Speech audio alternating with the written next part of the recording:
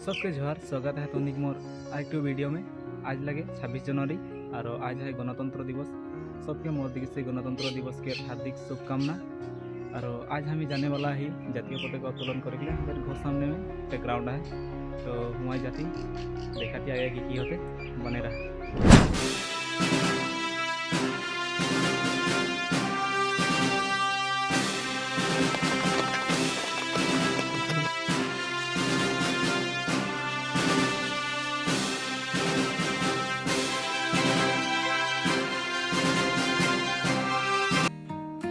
जनगण गुआर पीछे टफी वितरण आरम्भ हो गए।